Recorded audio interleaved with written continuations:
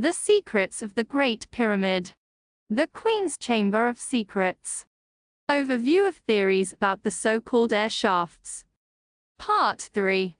John F. W. Herschel first raised astronomical aspects related to the pyramids of Giza in the 1840s, inspired by the work of Colonel Howard Vyse. This is what he wrote in his book Outlines of Astronomy in the chapter The Pole Star Not Always the Same. 319. At the date of the erection of the Great Pyramid of Giza, which proceeds by 3,970 years say 4,000, the present epoch, the longitudes of all the stars were less by 55 degrees, 45 than at present. Calculating from this datum the place of the pole of the heavens among the stars, it will be found to fall near Alpha Draconis.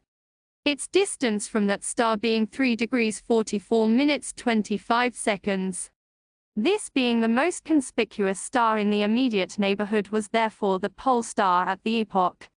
And the latitude of Giza being just 30 degrees north, and consequently the altitude of the North Pole, there also 30 degrees, it follows that the star in question must have had at its lower culmination, at Giza, an altitude of 26 degrees 15 minutes 35 seconds. Now it is a remarkable fact ascertained by the late researchers of Colonel Vyse, that of the 9 pyramids still existing at Giza, 6 including all the largest, have the narrow passages by which alone they can be entered, all which open out on the northern faces of their respective pyramids, inclined to the horizon downwards at angles. Of the 2 pyramids at Abusa also, which alone exist in a state of sufficient preservation to admit of the inclinations of their entrance passages being determined, one has the angle 27 degrees 5, the other 26 degrees. 320. At the bottom of every one of these passages, therefore, the then pole star must have been visible at its lower culmination, a circumstance which can hardly be supposed to have been unintentional, and was doubtless connected perhaps superstitiously with the astronomical observation of that star, of whose proximity to the pole at the epoch of the erection of these wonderful structures, we are thus furnished with a monumental record of the most imperishable nature. John Herschel erriegt damit, das Interesse anderer Astronomen an den Ägyptischen Pyramiden. So comes, dass Charles Piazzi Smith 156, der Königliche Hofastronom Scotlands, sich ebenfalls intensiv mit der Chopspyramide beschäftigt. Smith word allerdings auch durch, das 1859 Erschien Buch von John Taylor The Great Pyramid, Why Was It Built? And Who Built It? Stark beeinflusste. Diese Brat die Chopspyramide mit der großen Flut an dem biblischen neuen Verbindung und meint, dass die Erbauung unter göttlichem Einfluss stattfand. To Noah we must ascribe the original idea, the presiding mind, and the benevolent purpose. He who built the ark was, of all men, the most competent to direct the building of the Great Pyramid.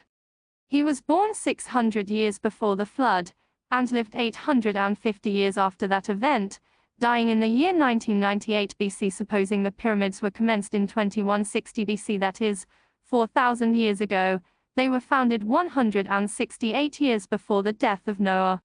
We are told that Noah was a preacher of righteousness, and this was his title, probably, before the flood. But nothing could more perfectly illustrate this character of a preacher of righteousness after the flood, than that he should be the first to establish a system of weights and measures for the use of all mankind, based upon the measure of the earth.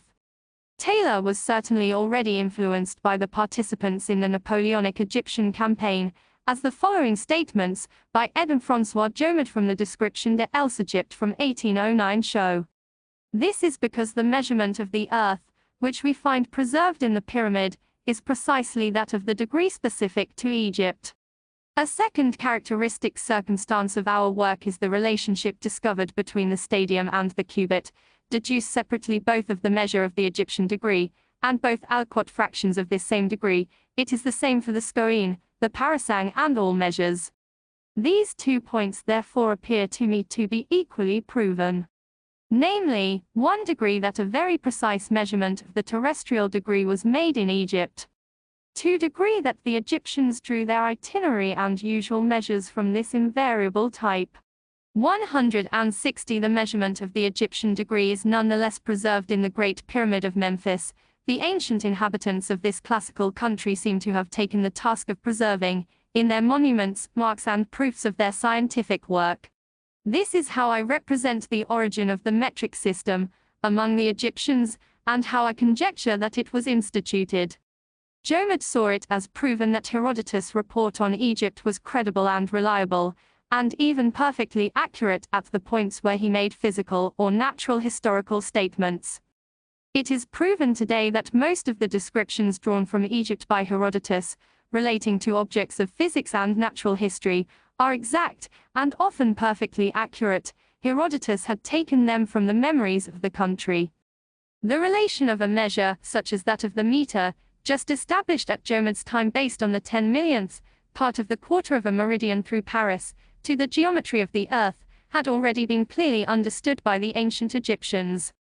When a measurement of the terrestrial degree had been made in Egypt, undoubtedly for the needs of astronomy and geography, we had the idea of deducing itinerary measurements and even the usual measurements, to fix them on an invariable basis. The time of this measurement is unknown to us. The fact alone is attested to us by an ancient writer on astronomy. The monuments prove it a priori.